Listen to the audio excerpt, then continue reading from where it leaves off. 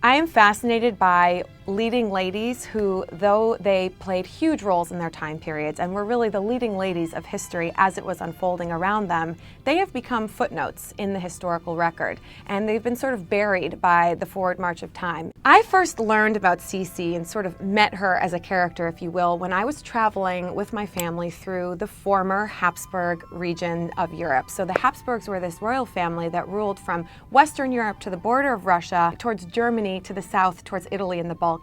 And I kept seeing this image of this beautiful woman. She had this captivating smile and this thick brown hair that she wore around her head, kind of like a crown.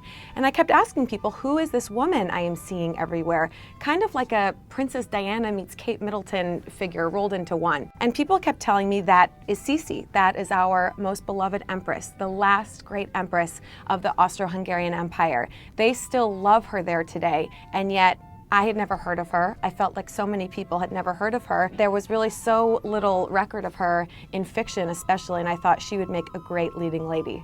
The research for me has to begin in the place where all of the action and the drama of the story unfolded. So I had to go to the places where she presided and where she reigned, and so I did some really fun travel. That's one of the perks of historical fiction.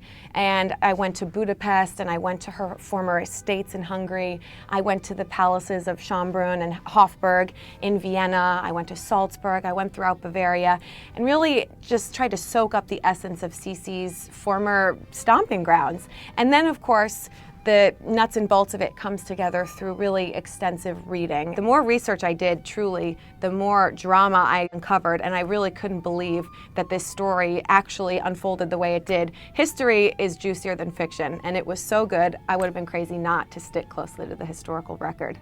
An American audience might not necessarily be immediately familiar with the name of Empress Sisi, and yet the impact she had on history and the relevancy she has still to this day continues to amaze me. Her family was the family that declared World War I. Her heir was Archduke Franz Ferdinand, who was assassinated. Her family built some of the most beautiful castles across Europe, including the one that inspired the Walt Disney Castle.